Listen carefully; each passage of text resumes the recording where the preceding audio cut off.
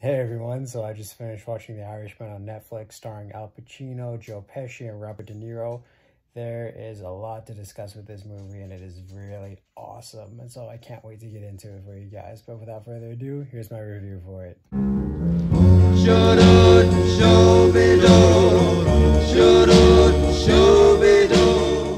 So The Irishman is directed by Martin Scorsese and it is an adaptation of Charles Brandt's book, I Heard You Paint Houses, and basically it's all about Frank the Irishman Sheeran and his ties to the Buffalo crime family. And for those of you who don't know, is on his deathbed, basically Frank Sheeran, played by Robert De Niro, confessed to the murder of Jimmy Hoffa, who was a big union member and enemy of the Kennedys, so Robert and Bobby, back in the 60s. And this is a Scorsese film that stars Robert De Niro, Joe Pesci, Al Pacino. It also has Ray Romano and Action Bronson in it, so this movie it's got a stacked cast. It's got an amazing mob cast too. These guys have been playing characters like this for a long time.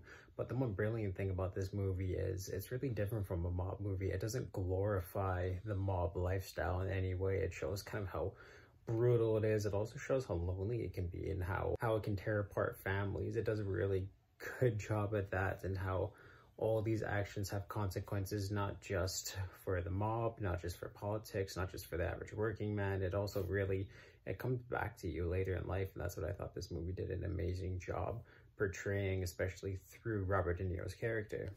This movie too is also 3.5 hours long, so when you go to watch it, definitely make sure you got a lot of food, you got some drinks, because you're gonna need it. Even though this movie does have the really long 3.5 hour runtime, I found that it didn't drag pace, it didn't drag his feet at all. I also didn't find that any of the scenes absolutely needed to be cut during this movie. I thought even the tiniest little conversations, the tiniest little lines that this movie throws at you comes back in somewhere. It has some metaphor, some lesson to it, and that's, well, Scorsese does that really amazingly in his films.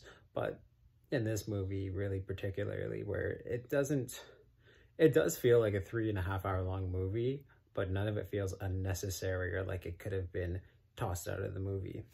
And from the amazing cast in this movie, a lot of it is narrative based. It's a lot of talking in the movie and really dissecting the characters, how they're feeling. And like sometimes it isn't even just them talking about it, it's just their expressions, it's them walking, it's everything that's going on around them. And you can tell just by how their faces, how their body language is, it's really capturing and telling what they're feeling, what they're thinking. And you see a lot of that through Robert De Niro's character. You also see a lot of it through Joe Pesci's character. And Joe Pesci in this movie, I was really expecting him to be, you know, Joe Pesci's the really talkative guy in most of these mob movies. But in this one, he was quiet, cunning, but when you looked at him, you knew, do not cross this guy. Like, he was terrifying. He would kill you in an instant, not think about it, and then go have dinner. Like, it never even affected him. He never thought about it. It was just, this is what needed to be done. And he was terrifying and a brilliant in the role in that way. There's a lot of really tense and amazing moments in this movie too. There's one, I want to say about 1/3 of the way through the final act of this movie, where it's about a 20-minute long build up to an amazing payoff, where it stars Robert De Niro and Al Pacino together. And it's just an amazing build up that, like I said, it has such a good payoff. Like, the one thing that was really cool about this movie is that it let its characters think on screen. You could really kind of dissect them a little easier that way, and it just showed a little more grounding in the mafia and how these people do think. It's not just, like I say, kind of a glorified almost action movie. It's really a character study about how all of this happened, why it happened, but also to why none of this needed to happen and how it came back to affect these people later on in their lives. Al Pacino too, who plays Jimmy Hoffa in this movie, does a brilliant job where he does play like his roles where he's screaming, slamming his hands on tables, and he does a really good job portraying the character. And there's also a lot of heart to his character too, which he brings in. It was a really dynamic role for him, and all basically like the three big guys in this movie all absolutely bring a lot of depth to their characters. And editing, directing, of course, it's Scorsese. It's brilliant to see everything come together into this movie, and it was fantastic to just watch. It was a lot of fun to watch and see kind of, it was almost cinema mobster movie at its, I don't want to say at its peak, but it was really friggin' good. And for those of you who don't know about kind of what happened to Jimmy Hoffa, this fills in the gaps because it's still an unsolved case. They've never found his body. They don't know what happens to Jimmy Hoffa, and this movie kind of has a little bit of that mythos built into it, and it does a really good job capturing what could have happened and all the reasons and rationales behind it all. And like, to be said on that point is, this movie isn't really flashy. It kind of does feel like a little biopic almost sometimes, just because it's trying to explain what happened to these characters, but it's more of a dissection of what these characters were going on and why, from kind of these character studies, why that this was the outcome that came from all this.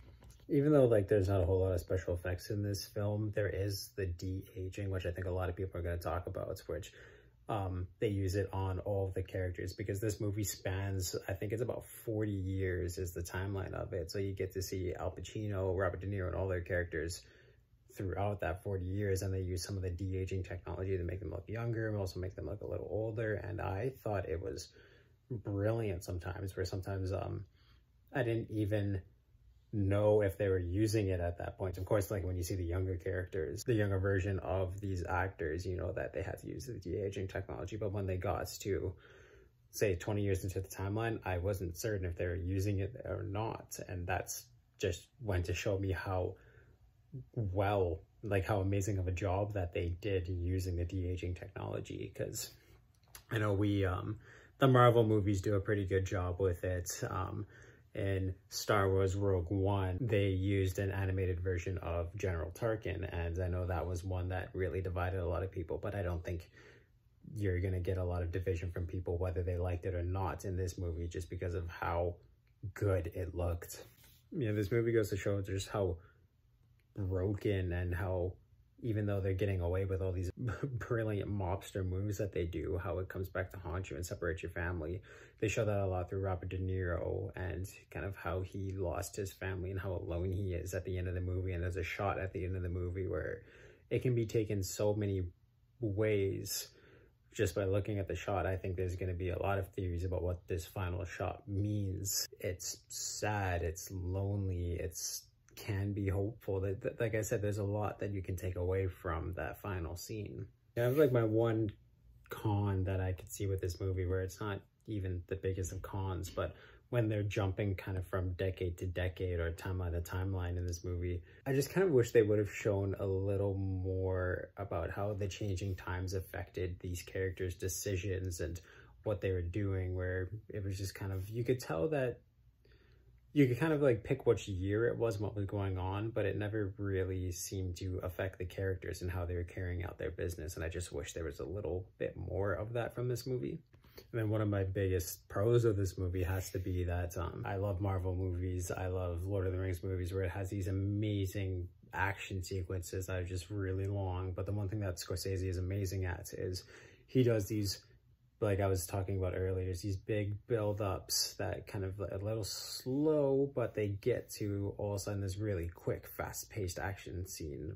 And I don't even know if I really want to call it an action scene, but it's just a scene of violence, and it's so quick and so brutal, and that's what this movie was trying to show. Because it's not, like I said, it's not glorifying the mobster lifestyle. It's showing just how dark and how quick and how gritty it is. And I thought it was a really brilliant way that he does this in the movie a couple of times, and it was absolutely brilliant and really fun and breathtaking to watch. All of this taken together, I have to give The Irishman the highest I can give it. This has to be a 10 out of 10 for me. This movie was phenomenal, and I think it should be on everyone's list if you have 3.5 hours to spare and get through this movie, but it is well worth it. It's absolutely amazing, and I think it's going to be on a lot of top 10 lists this year. I think it's going to be a huge Oscar contender, actors wise, maybe even special effects wise. Definitely going to be up for Best Picture, and I think it should be on everyone's like 10 movies to watch kind of before the Oscars.